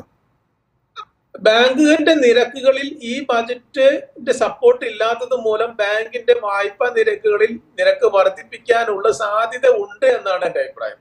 ഇപ്പോൾ തന്നെ റിപ്പോ റേറ്റുകൾ വർദ്ധിപ്പിക്കാതിരിക്കുന്ന സാഹചര്യത്തിൽ പോലും ബാങ്കുകളുടെ നിക്ഷേപ സമാഹരണം സാധിക്കാത്ത അല്ലെങ്കിൽ വെല്ലുവിളി മത്സരം ഉയർത്തുന്ന ഈ സാഹചര്യത്തിൽ സ്റ്റേറ്റ് ബാങ്ക് ഓഫ് ഇന്ത്യ അടക്കമുള്ള ബാങ്കുകൾ നിക്ഷേപങ്ങൾക്ക് പലിശ കൂടുതൽ കൊടുത്തുകൊണ്ട് വായ്പയുടെ പലിശ കൂട്ടിക്കൊണ്ടിരിക്കുന്ന ഒരു സാഹചര്യമുണ്ട്. ഇനിയും അടുത്ത മോണിറ്ററി പോളിസിയിലും ഇപ്പോൾ ഇൻഫ്ലേഷൻ റേറ്റിൽ നമുക്ക് അടുത്ത മോണിറ്ററി പോളിസിയിലും ഇപ്പോഴത്തെ ഇൻഫ്ലേഷൻ റേറ്റ് അനുസരിച്ചും അല്ലെങ്കിൽ ഫുഡ് അങ്ങനെയുള്ള ഓയിൽ ഫുഡ് പ്രത്യേകിച്ചും ഫുഡിന്റെ വെജിറ്റബിൾസിന്റെ ഫുഡിന്റെ ഇൻഫ്ലേഷനിലൊന്നും കാര്യമായിട്ടുള്ള ഒരു മാറ്റങ്ങൾ വരാത്ത സാഹചര്യത്തിൽ അടുത്ത മോണിറ്ററി പോളിസിയിലും റേറ്റ് കട്ട് ഉണ്ടാവുമെന്ന് പ്രതീക്ഷ വേണ്ട. റേറ്റ് കട്ട് ഇല്ലെങ്കിൽ പോലും നിക്ഷേപ സമാഹരണത്തിന് ബാങ്കുകൾ നേരിടുന്ന മത്സരവും ബുദ്ധിമുട്ടുകളുടെ അനുസരിച്ച് റീപ്പോ റേറ്റ് നിലനിൽക്കുമ്പോൾ പോലും മാർക്കപ്പ് അല്ലെങ്കിൽ അവരുടെ മാർജിൻ എമൗണ്ടുകളിൽ അല്ലെങ്കിൽ റിസ്ക് അല്ലെങ്കിൽ ഫണ്ടിന്റെ കോസ്റ്റ് മുതലായ കാര്യങ്ങളിലുള്ള ഡിഫറൻസ് കാരണം ബാങ്കുകളുടെ വായ്പാ നിരക്കുകളിൽ വർധന ഇനിയും ഉണ്ടായിക്കൂടുന്നില്ല മോണിറ്ററി പോളിസിയിൽ സപ്പോർട്ട് ഉണ്ടായില്ലെങ്കിൽ. പക്ഷേ ഇപ്പോഴത്തെ സാഹചര്യം അനുസരിച്ച് അടുത്ത മോണിറ്ററി പോളിസിയിലും അങ്ങനെ ഒരു സപ്പോർട്ട് പ്രതീക്ഷിക്കേണ്ട. വ്യക്തമാണ്. ശ്രീ അനിതകുമാരി, നികുതി ഘടനയിൽ മാറ്റം വരുത്തിയിട്ടുണ്ട്, അതുപോലെ TDSന്റെ ഘടനയിൽ മാറ്റം വരുത്തിയിട്ടുണ്ട്. ഇതൊക്കെ ഏത് തരത്തിൽ ഇമ്പാക്ട് ചെയ്യും? ഈ നികുതി ഘടനയിൽ ഇൻകം ടാക്സിൽ മാറ്റം വരുത്തിയേക്കുന്നതെന്ന് പറഞ്ഞാൽ ശരിക്കും പറഞ്ഞാൽ അത് എംപ്ലോയീസിനെ സംബന്ധിച്ചിടത്തോളം ഒരു പരിതാപകരമായ കാര്യമാണ്. കാരണം നമ്മൾ ന്യൂ സ്കീമിൽ മാത്രമേ മാറ്റമുള്ളൂ, പഴയ സ്കീമിൽ യാതൊരു മാറ്റവും പറഞ്ഞിട്ടില്ല. അപ്പം ഒരുപാട് ആൾക്കാർ പഴയ സ്കീമിലുള്ളവരാണ്. പ്രത്യേകിച്ച് ഒരു ഹൗസിംഗ് ലോൺ എടുക്കുന്ന ആള് 2 ലക്ഷം രൂപ വരെ അയാൾക്ക് ഇൻട്രസ്റ്റിന് എക്സംഷൻ കിട്ടുന്നതാണ് പഴയ സ്കീമിൽ. പുതിയ സ്കീമിൽ അങ്ങനെയുള്ള യാതൊരു എക്സംഷൻസും ഇല്ല. അപ്പം ശരിക്കും പറഞ്ഞാൽ ഈ സ്റ്റാൻഡേർഡ് ഡിഡക്ഷൻ 50,000 നിന്ന് 75,000 ആക്കിയേക്കുന്നത് ഒൺലി ഫോർ പുതിയ ന്യൂ സ്കീംസിനെ ഉള്ളൂ. പഴയ സ്കീം ആൾക്കാർ വളരെ എന്ന് വെച്ചാൽ യാതൊരുവിധ മാറ്റവും ഇല്ല. അവരിൽ നിന്ന് അവരിപ്പോ കൊടുത്തോണ്ടിരിക്കുന്ന ആ ഒരു ഹയർ റേറ്റ് ഓഫ് ടാക്സ് തന്നെ കൊടുക്കുകയും വേണം. അപ്പൊ അതുകൊണ്ട് തന്നെ ഒരു അതിന്റെ ഇംപ്ലിക്കേഷൻ എന്ന് പറയുന്നത് ജീവനക്കാരെ സംബന്ധിച്ചിടത്തോളം അത്ര ആശ്വാസകരമല്ല. കാരണം PF നിക്ഷേപിക്കുന്നതായാലും ശരി, അതുപോലെ ഹൗസിംഗ് ലോൺ എടുക്കുന്നതായാലും ശരി, അതുപോലെ മറ്റ് നിക്ഷേപങ്ങളെ ഇവര് ഹനിക്കുകയാണ് ശരിക്കും പറഞ്ഞാല്. എന്ന് വെച്ചാൽ നിങ്ങൾ വേണമെങ്കിൽ ചെലവാക്കിക്കൊള്ളൂ, നിങ്ങളുടെ ഇൻകം കാണിക്കുക, അതിനനുസരിച്ചിട്ടുള്ള ടാക്സ് റേറ്റ് കൊടുക്കുക. അതല്ലാതെ നിങ്ങൾ സേവ് ചെയ്യണമെന്നോ ഇങ്ങനെയുള്ള കാര്യങ്ങളെ കുറിച്ചൊന്നും ഗവൺമെന്റ് ബോധേഡല്ല. അപ്പൊ ഇപ്പൊ ഇരിക്കുന്ന ഒരു സ്ട്രക്ചറിൽ കൂടുതൽ ആൾക്കാരും പഴയ എക്സംപ്റ്റഡ് ആ ഒരു സ്ട്രക്ചറിൽ ഇരിക്കുന്നവരാണ്. അപ്പൊ അവരെ സംബന്ധിച്ചിടത്തോളം ഒരു ബെനിഫിറ്റും ഇല്ല. അപ്പൊ അതുകൊണ്ട് തന്നെ അതിന് വലിയ ഇംപ്ലിക്കേഷൻ ഉണ്ടാവും എന്നുള്ളത് എനിക്ക് ഇപ്പൊ പറയാൻ പറ്റത്തില്ല. അത് കുറച്ചുകൂടെ വിശദമായിട്ട് പഠിച്ചതിന് ശേഷം നമുക്ക് പറയാൻ പറ്റത്തുള്ളൂ. ഓക്കെ, തീർച്ചയായും. ശ്രീ PC സിറിയക്ക് ഇത് എങ്ങനെ കാണുന്നു, ഇൻകം ടാക്സിൽ വന്നിരിക്കുന്ന ഈ മാറ്റം? അതെ, ശ്രീമതി അനിതകുമാരി പറഞ്ഞതുപോലെ പഴയ സ്കീമിൽ ടാക്സ് കൊടുക്കുന്നവർക്ക് ഈ ബെനിഫിറ്റ് കിട്ടുന്നില്ല, ഒട്ടുമേ കിട്ടുന്നില്ല എന്നുള്ളത് അവർ പറഞ്ഞപ്പോഴാണ് വാസ്തവത്തിൽ എനിക്ക് മനസ്സിലായത്. ഞാൻ പുതിയ സ്കീമിൽ ടാക്സ് കൊടുക്കുന്നയാളാണ്. അതുകൊണ്ട് എനിക്ക് 75,000 രൂപ 50,000 പകരം 75,000 കിട്ടിയല്ലോ എന്ന് ആശ്വസിച്ചിരിക്കുകയായിരുന്നു ഡിഡക്ഷൻ. അതുകൊണ്ട് ആ പ്രശ്നത്തെപ്പറ്റി എനിക്കധികം വെളിച്ചം വീശാൻ പറ്റുന്നില്ല. പക്ഷേ അതേ സമയത്ത് സേവിങ്സിനെ സർക്കാർ പ്രോത്സാഹിപ്പിക്കുന്നില്ല. കാരണം ശ്രീ ആദികേശവനും ചൂണ്ടിക്കാണിച്ചതുപോലെ സേവിങ്സിൻ്റെ മേലും ഇൻകം ടാക്സ് കൊടുക്കാൻ നമ്മൾ നിർബന്ധിതരാകുകയാണ്. വാസ്തവത്തിൽ അതൊരു റിഡക്ഷൻ കൊടുക്കേണ്ടതാണ്. കാരണം കൂടുതൽ സേവിങ്സ് ഉണ്ടാക്കാൻ വേണ്ടി ജനങ്ങളെ പ്രേരിപ്പിക്കുക. നമ്മുടെ ഇന്ത്യയിലെ പഴയ കുടുംബങ്ങളിലെല്ലാം ഒരു 30% വരെ സേവ് ചെയ്തിട്ടുണ്ടായിരുന്നു എന്നാണ് വെപ്പ്. തീർച്ചയായിട്ടും ഈ ടാക്സ് കാരണമായിട്ടത് കുറഞ്ഞിട്ടുണ്ടാകും. പലരും ക്യാപിറ്റൽ ഗെയിൻസ് ഉണ്ടായാലും സാരമില്ലെന്ന് വിചാരിച്ച് സ്റ്റോക്ക് മാർക്കറ്റിലേക്കും ഷെയർ മാർക്കറ്റിലേക്ക് അല്ലെങ്കിൽ റിയൽ എസ്റ്റേറ്റിലേക്കൊക്കെ പോയി കഴിഞ്ഞു. റിയൽ എസ്റ്റേറ്റിലേക്ക് പോയവർക്ക് ഇപ്പം വലിയ നഷ്ടമുണ്ടാകുന്നു ഈ ബഡ്ജറ്റ് വരുമ്പോഴേക്കും. അതുകൊണ്ട് ചുരുക്കത്തിൽ സേവിങ്സിനെ പ്രോത്സാഹിപ്പിക്കാൻ യാതൊരു പരിശ്രമവും നടത്തുന്നില്ല എന്നിവർ രണ്ടുപേരും പറഞ്ഞതിനോട് ഞാൻ യോജിക്കുകയാണ്. നേരത്തെ ഞാൻ പറഞ്ഞതുപോലെ കുറച്ചുകൂടെ ആളുകളുടെ കയ്യിലേക്ക് പണം വിട്ടുകൊടുക്കണം, ആളുകളുടെ കയ്യിൽ കാശ് വേണം. അപ്പോൾ മാത്രമേ ഡിമാൻഡ് വർദ്ധിക്കുകയുള്ളൂ. ഡിമാൻഡ് വർദ്ധിച്ചാൽ സാധനങ്ങൾക്ക് മാർക്കറ്റ് ഉണ്ടാകും. സാധനങ്ങൾക്ക് മാർക്കറ്റ് ഉണ്ടായിക്കഴിഞ്ഞാൽ വ്യവസായം വികസിക്കും, എക്സ്പാൻഡ് ചെയ്യും, കൂടുതൽ തൊഴിലവസരങ്ങൾ ഉണ്ടാകുകയും ചെയ്യും. അപ്പോൾ അതാണ് ചെയ്യേണ്ടത്. ജനങ്ങളുടെ കയ്യിലേക്ക് കാശ് കൊടുക്കണം. ഇപ്പോഴത്തെ വലിയ പ്രശ്നം അതാണ്, ഈ തൊഴിലില്ലായ്മ. വ്യക്തമാണ്, താങ്കളുടെ നിലപാട് വ്യക്തമാണ്. ശ്രീ ഹരിഹരൻ, GST ബഡ്ജറ്റിൽ എങ്ങനെയാണ് അഡ്രസ്സ് ചെയ്തിരിക്കുന്നത്? GSTയിൽ എന്തൊക്കെ മാറ്റങ്ങളാണ് ബഡ്ജറ്റ് കൊണ്ടുവരുന്നത്? അത് തീർച്ചയായിട്ടും ധനമന്ത്രിയിൽ നിന്ന് പ്രതീക്ഷിക്കുന്നത് ഉദ്യോഗസ്ഥരുടെ മനോഭാവം നയപരമായ കാര്യങ്ങളിൽ എന്തെങ്കിലുമൊക്കെ കുറച്ചും കൂടി അസസി ഫ്രണ്ട്ലി ആയിട്ടുള്ള നടപടികൾ ഉണ്ടാകുമെന്ന് മാത്രമേ നമ്മൾ ബജറ്റിലൂടെ പ്രതീക്ഷിക്കുന്നുള്ളൂ. പക്ഷേ GSTക്ക് അപ്പുറത്തേക്ക് ഇൻഡയറക്റ്റ് ആയിട്ട് ബജറ്റ് ചില ലോങ് സ്റ്റാൻഡിങ്ങിൽ ഊന്നൽ കൊടുക്കുന്ന കുറേ മേഖലകളുണ്ട്. അതിൽ ഇൻഡസ്ട്രീസിന്റെ ഗ്രോത്ത്, ഇൻഫ്രാസ്ട്രക്ചർ ഡെവലപ്മെന്റ്, അതെല്ലാം GSTക്കും പ്രത്യക്ഷത്തിലും പരോക്ഷത്തിലും ഗുണം ചെയ്യും. നല്ല ഫെസിലിറ്റി കൊടുത്തു കഴിഞ്ഞാൽ. പിന്നെ എടുത്തു പറയേണ്ട ഒരു പ്രധാന നേട്ടം, ഗവൺമെന്റ് ഏതാണ്ട് കുറെ വർഷങ്ങൾക്കിടയിൽ ആദ്യമായിട്ട് ഇന്റേൺഷിപ്പിന് നല്ല പ്രാധാന്യം കൊടുത്തുകൊണ്ട് യൂത്തുകളെ അട്രാക്ട് ചെയ്യുന്ന പാക്കേജ് കൊണ്ടുവന്നിട്ടുണ്ട്. തീർച്ചയായിട്ടും 5000 രൂപ സ്റ്റൈഫണ്ടോടുകൂടി, ആദ്യ മാസം 5000 രൂപ സ്റ്റൈഫണ്ടോടുകൂടി യൂത്തിനെ എല്ലാ ഇൻഡസ്ട്രീസിലും ട്രെയിനിങ് കൊടുക്കുമ്പോൾ തീർച്ചയായിട്ടും അതിൻ്റെ നേട്ടം ഉണ്ടാകും. കൂടാതെ ബാങ്കുകൾ ഇപ്പോൾ അതിജീവിക്കുന്ന ഒരു വലിയ പ്രശ്നമുണ്ട്. FD പോകുന്നു. കാരണം FDയിൽ നിക്ഷേപിച്ചു കഴിഞ്ഞാൽ അതിൻ്റെ 30% ഹൈ റേറ്റ് ഓഫ് ടാക്സ്, ആ FD ഇൻട്രസ്റ്റിന് അല്ലെങ്കിൽ ബാങ്ക് ഇൻട്രസ്റ്റിന് 30% പ്ലസ് സർചാർജ് വന്ന 32% ഒക്കെ ഇൻകം ടാക്സ് കൊടുക്കേണ്ട ഒരു സാഹചര്യമുണ്ട്. 10% TDS കഴിഞ്ഞ് ബാക്കി 22 ഒക്കെ കൊടുക്കുമ്പോൾ 32% വരുന്ന ഒരു അവസ്ഥയുണ്ട്. അത് ആൾക്കാർ capital long capital gain invest ചെയ്യുന്ന നന്നാകും. പിന്നീട് നമ്മുടെ അന്തരീക്ഷ മലിനീകരണവുമായി ബന്ധപ്പെട്ടിട്ട് ക്ലൈമറ്റ് റിലേറ്റഡ് ആയിട്ടുള്ള ഓട്ടോ എക്കണോമി, ഇതൊക്കെ മിക്സ് ചെയ്ത് പറയാം, ഒരു ഇന്റർനാഷണൽ ടേമാണ്. അത് ഇന്ത്യയിൽ നടപ്പാക്കാൻ പോകുന്നു. തീർച്ചയായിട്ടും അത്തരത്തിലുള്ള മാറ്റം യൂത്തിനെ അട്രാക്ട് ചെയ്യും. ഇൻഡസ്ട്രിയിലേക്ക് കടക്കാനും ഇവിടെയും പൊല്യൂഷൻ ഫ്രീ ആണ്, പുറത്തേക്കുള്ള ഒഴുക്ക് നമുക്ക് കുറയ്ക്കാം. അങ്ങനെയുള്ള ഒരു ലോങ് സ്റ്റാൻഡിങ്ങിലുള്ള തീരുമാനം ഗവൺമെന്റ് എടുത്തിട്ടുണ്ട്. തീർച്ചയായിട്ടും അത് അട്രാക്റ്റീവ് ആണ്. TDSൽ പാർട്ണർഷിപ്പിനെ സംബന്ധിച്ചിടത്തോളം TDS ആ പാർട്ണേഴ്സ് സാധാരണ വർക്കേഴ്സ് കൂടി യോജിച്ചുകൊണ്ട് ഒരു ചെറിയ സ്ഥാപനമൊക്കെ തുടങ്ങുമ്പോൾ ആ സാലറിക്ക് ജനറൽ ആയിട്ടുള്ള രീതിയിൽ TDS മാൻഡേറ്ററി ആയിരുന്നില്ല. ഇപ്പൊ അത് 20,000 മുകളില് TDS പാർട്ണർഷിപ്പിന്റെ ഉള്ളിൽ നിന്ന് തന്നെ പിഴിക്കണമെന്ന് പറയുമ്പോൾ അത് ഗവൺമെന്റ് പുനർചിന്തിക്കുന്നതാണ് എനിക്ക് തോന്നുന്നത്. ശ്രീ PC സിറിയക്ക്, ഈ ബഡ്ജറ്റിനെ മൊത്തത്തിൽ വിലയിരുത്തുമ്പോൾ ഇത് ഇന്ത്യയുടെ ഒരു ഗ്രോത്തിന് ഏതൊക്കെ തരത്തിൽ ഇത് സപ്പോർട്ട് ചെയ്യുന്നുണ്ട്? ഇന്ത്യയുടെ ഏറ്റവും പ്രധാനപ്പെട്ട വിഭാഗം എന്ന് പറയുന്നത് കാർഷിക മേഖലയാണ്.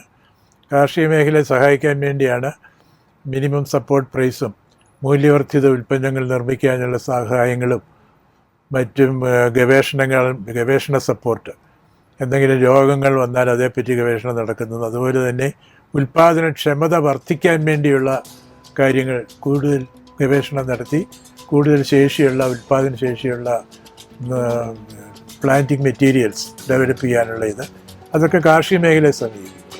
രണ്ടാമത്തെ സെക്ടർ നമുക്ക് ഇൻഡസ്ട്രിയാണ്. ഇൻഡസ്ട്രിയെ സംബന്ധിച്ചിടത്തോളം ചില ബാങ്കും അതിൻ്റെ ക്രെഡിറ്റ് ഗ്യാരണ്ടി ഇങ്ങനെയൊക്കെയുള്ള ചില കാര്യങ്ങൾ കൊടുക്കുന്നതല്ലാതെ പിന്നെ ഞാനൊരു കാര്യം പറയേണ്ടിയിരിക്കുന്നു. ഇപ്പം ബാംഗ്ലൂർ, ഹൈദരാബാദ്, ചെന്നൈ ഇവിടെ 2 ഇൻഡസ്ട്രിയൽ മേഖലകളായി പ്രഖ്യാപിച്ച് പുതിയ ഇൻഡസ്ട്രികൾ അവിടെ വരാൻ വേണ്ടിയുള്ള ഏർപ്പാടുകളെല്ലാം ചെയ്യും. അടിസ്ഥാന സൗകര്യങ്ങൾ വികസിപ്പിക്കും എന്നൊക്കെ പറയുന്നുണ്ട്. അങ്ങനെ ഇൻഡസ്ട്രി മേഖല, അതുപോലെ തന്നെ ഇങ്ങനെ ബീഹാർ, ആന്ധ്ര ഈ 2 സംസ്ഥാനങ്ങൾക്ക് വളരെയധികം അവരുടെ പ്രശ്നങ്ങളെ സഹതാപപൂർവ്വം പരിഗണിച്ച് അവർക്ക് വളരെയധികം സഹായം വാഗ്ദാനം ചെയ്യുന്ന ഒരു ബഡ്ജറ്റാണ്. അത് സർക്കാരിൻ്റെ നിലനിൽപ്പിന് വേണ്ടി ചെയ്യുന്ന ഒരു സഹായം എന്ന രീതിയിൽ എല്ലാവർക്കും മനസ്സിലാകുകയും ചെയ്യും. അത് വാസ്തവത്തിൽ ഒരല്പം അരോചകമായ ഒരു സ്ഥിതിയാണ് ഉണ്ടാക്കിയിരിക്കുന്നത്. ഒരിക്കലും ഒരു രാജ്യത്തിൻ്റെ, നമ്മളെപ്പോലെയുള്ള രാജ്യം ഒരു ഫെഡറൽ സ്ട്രക്ചറുള്ള രാജ്യത്തിൽ അവർക്ക് സഹായം നൽകുന്നു എന്ന കാരണം മാത്രം പറഞ്ഞുകൊണ്ട് രണ്ട് സംസ്ഥാനങ്ങൾക്ക് കൂടുതൽ സഹായം നൽകുന്നത് തീർച്ചും തെറ്റായ ഒരു സമീപനമാണ്. യാതൊരു വിധത്തിലും ന്യായീകരിക്കാൻ പറ്റില്ല. വാസ്തവത്തിൽ നമ്മുടെ പ്രധാനമന്ത്രി തന്നെ ഗുജറാത്ത് മുഖ്യമന്ത്രിയായിരുന്ന കാലത്ത് അദ്ദേഹം പറഞ്ഞുകൊണ്ടിരുന്നത് നികുതി കൂടുതലും കേന്ദ്രത്തിന് കിട്ടുന്നു, അതേസമയം ചെലവാക്കാനുള്ള ബാധ്യത കൂടുതലും സംസ്ഥാനങ്ങൾക്ക് വരുന്നു. അപ്പോൾ സംസ്ഥാനങ്ങൾക്ക് മൊത്തം നികുതിയുടെ 60% അവർക്ക് കൊടുക്കണം, ഡിവിസിബിൾ പൂളിലേക്ക് ചേർത്ത് അവർക്ക് ഡിസ്ട്രിബ്യൂട്ട് ചെയ്യണം. ചുമ്മാ ആർബിട്രറി ആയിട്ട് ഡിസ്ട്രിബ്യൂട്ട് ചെയ്യുകയല്ല, ബീഹാറിനും ആന്ധ്രയ്ക്കും മാത്രം കൊടുക്കാനുള്ളതല്ല. അത് 16ാം ഫിനാൻസ് കമ്മീഷനെ ഇപ്പം നിയോഗിച്ചിട്ടുണ്ട്. ഈ കമ്മീഷൻ്റെ ശുപാർശ അനുസരിച്ച്, ഭരണഘടന അനുസരിച്ച് സംസ്ഥാനങ്ങൾക്ക് ന്യായമായി കൊടുക്കണം. അത് കൊടുക്കുന്നില്ലെങ്കിൽ നമ്മുടെ ഫെഡറൽ സ്ട്രക്ചറിനെ തന്നെ അത് ബലഹീനമാക്കുന്നു. തീർച്ചയായിട്ടും നമുക്കെന്താ ചിറ്റമ്മ നയമാണോ എന്നൊരു വിചാരം മിക്ക സംസ്ഥാനങ്ങളിലും ഉണ്ടാകുമെന്ന് ഞാൻ ഭയപ്പെടുകയാണ്. അപ്പോൾ ഈ ബഡ്ജറ്റിനെ പറ്റി പൊതുവായിട്ട് പറയുമ്പോൾ എൻ്റെ മനസ്സിൽ ആദ്യമായിട്ട് വന്നിരിക്കുന്ന പ്രശ്നം ഇതാണ്. ഇങ്ങനെ രണ്ട് സംസ്ഥാനങ്ങൾക്ക് പ്രത്യേക പരിഗണന എന്നൊരു സാഹചര്യം. തീർച്ചയായും ശ്രീ പി.സി. സിരേഖ, വ്യക്തമാണ്, താങ്കളുടെ അഭിപ്രായം വ്യക്തമാണ്. കേരളത്തെ അവഗണിച്ചു എന്നുള്ള വാദഗതി പല ഘട്ടങ്ങളിലും പല സ്ഥലങ്ങളിൽ നിന്നും ഉയരുന്നുണ്ട്. രണ്ട് സംസ്ഥാനങ്ങൾക്ക് പരിഗണന കൊടുത്തു എന്നതും പലരും ചൂണ്ടിക്കാണിക്കുന്ന വിഷയമാണ്. നമ്മുടെ സമയം ഇവിടെ പൂർണ്ണമാവുകയാണ്. ചർച്ചയിൽ പങ്കെടുത്ത എല്ലാവർക്കും നന്ദി. Shri Adikesavan, Shri T S. Chandran, Shri Babu, professor Anithakumari, advocate Hariharan, Jomon George, P C. Sirekha, എല്ലാവർക്കും നന്ദി, നമസ്കാരം.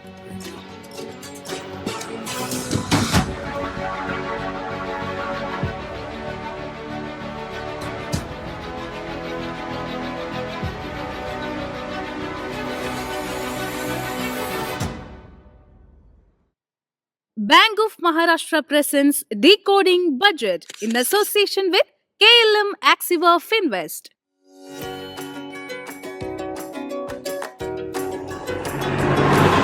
Why just dream about a car when you can own one? Bank of Maharashtra brings you Maha Super Car Loan, where you get instant hassle-free loans at attractive interest rate. And all this with no prepayment penalty, no hidden charges. So don't wait.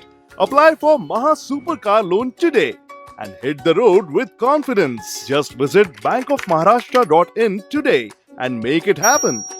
Bank of Maharashtra. Ek parivar, ek bank. Why look for rented homes when you can own one? Bank of Maharashtra brings you Maha Super Home Loan, where you get a higher loan amount with low EMI for the attractive interest rate with long repayment period. Now you too can own your dream home. Just visit bankofmaharashtra.in today and make it happen. Bank of Maharashtra. Ek parivar, ek bank.